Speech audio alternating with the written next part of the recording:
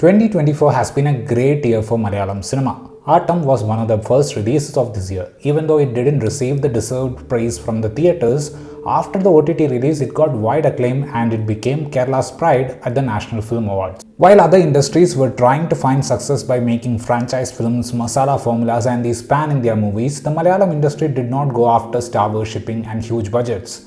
They focused on the content and the audience, and that managed to help them in delivering hits in theatres at regular intervals of time. If you look at the YouTube channels outside Kerala that talk about Malayalam cinema, you can see all of them asking other industry to learn from what Malayalam cinema is doing. I'm saying all this to get to the point that in an era where everyone is exploring movies of all languages, there is a crowd out there waiting for a Malayalam film to release. Unlike earlier days, we don't need to wait for the OTT release to get the pan-India praise. Even though things are like this, the representation of Malayalam, Kerala and Malayalis in other languages is still done in a very immature way. I know that it is not a problem that happened this year. We have seen movies showing signboards in Malayalam that were copy-pasted from Google Translate. But the reason why I am saying this now is because Malayalam is no longer a backdrop prop in films or the film business. They cast some Malayalam actors in movies keeping in mind the business those actors bring to the movie from Kerala. As a viewer, when I saw some of the movies and songs this year, I felt the people behind them approached Malayalam as some insignificant entity. So this video will be about such creations. Let's start chronologically. In March this year, we had this Tamil movie named Rebel, which had G.V. Prakash Kumar playing the lead role. Malayali actors Mamita Baiju, Venkatesh VP and Shalu Rahim performed the roles of Malayalis in this film. And the film had a song like this. When I checked the credits, it was shown that a person named Abi Abraham had written and performed this song. Even if they argue that it is supposed to be a folk song and that is the style of that song, it made no sense how a song from the perspective of a Tamil guy had rural Malayalam lyrics. And on top of that, Undavada? Seriously? The next one is perhaps the best example of the "that's enough for Malayalam" attitude of the makers. The movie's name is Vettaiyan, song name Manasilayo.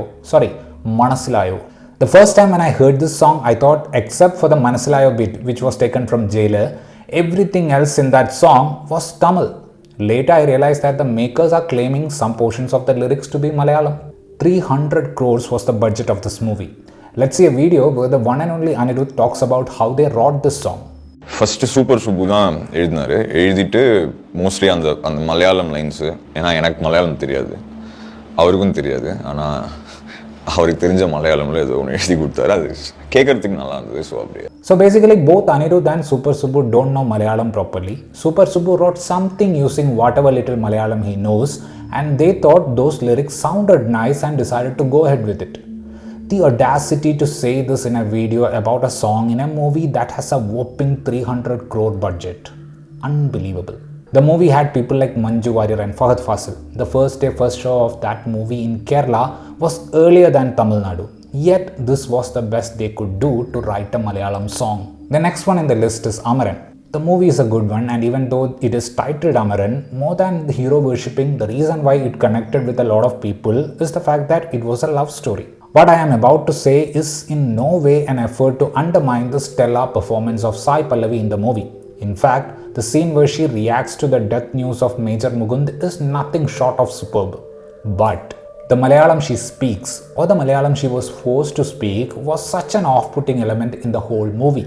First of all, no Malayali is going to get triggered seeing Indu Rebecca Verghese speaking in Tamil. I don't wish to sound like bragging, but Malayalis are good at learning and speaking other languages. In Amaran, Sai Pallavi's character is supposed to be a Malayali girl who has difficulties in speaking Tamil. But when you watch the movie, it feels quite the opposite.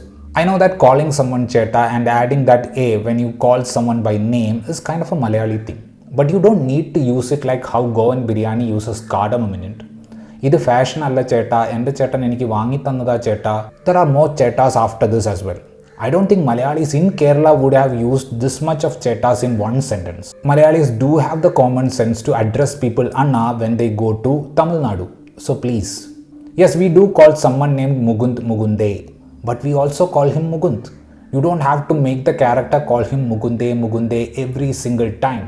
I remember the kind of furious reactions from Tamil people when Lungi Dance and Yenna Raskala were kind of getting celebrated as a Tamil thing. Dude, Malayalis are feeling the same irritation when you sort of celebrate the false stereotypes. The next one is not Tamil. It is the remake of a Tamil film. The movie is yet to be released. The name of the film is Baby John and it is the Hindi version of Vijay starrer Theri.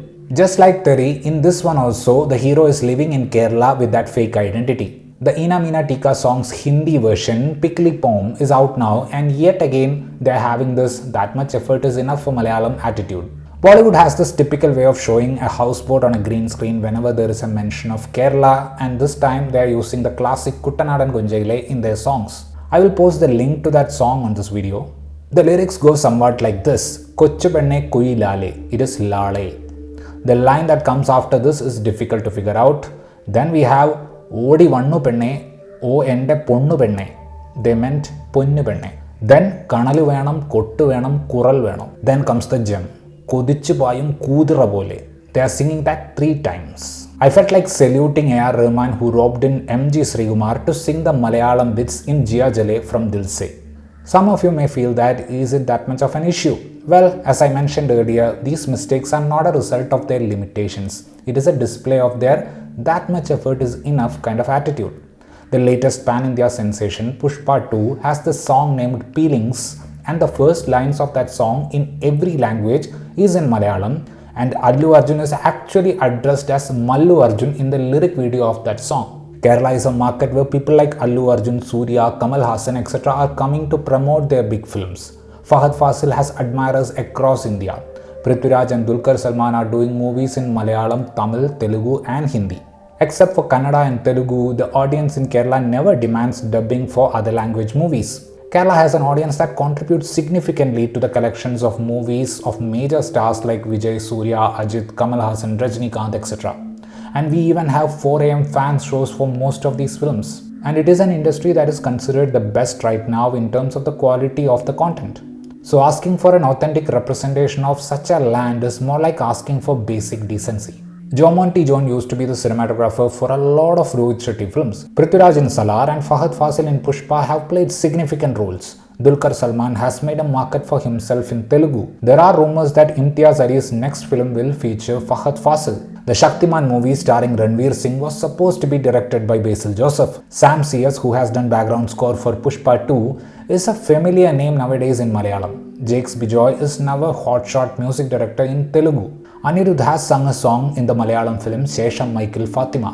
What I'm trying to say is that it's not difficult for these people to fix these issues. Sivakarthikeyan could have easily consulted Vineet Srinivasan to make Amaran better and avoid all the Mugundan trolls now we see on social media. Anirudh could have easily collaborated with Vinayak Shashikumar, who wrote the peppy tracks of Avesham for Manasilayo, and the song would have made sense for Malayalis as well. If Taman had called any Malayali composer, they would have suggested singers who could sing Malayalam chorus properly. I'm not claiming that Malayalam cinema has always represented other state people authentically on screen. But if you look at the Malayalam cinema in the past 10 or 15 years, the new era of filmmakers has made sure that such characters are authentic on screen. The Tamil characters you see in movies like Kumbalangi Nights, Manyumal Boys and Varshangalku Shesham, they speak and perform pretty much the same way they do in a Tamil film. Lucifer, one of the biggest hits of the Malayalam film industry, depicts heroism by making a song from the perspective of a Tamil man, and Prithviraj uses Tamil song with lyrics Kadavula Pole Kaapavanivan to make it massy. As an industry that celebrates other language films and as an industry that celebrates other languages in their films, other industries should make a better effort to portray this land and its language properly on screen.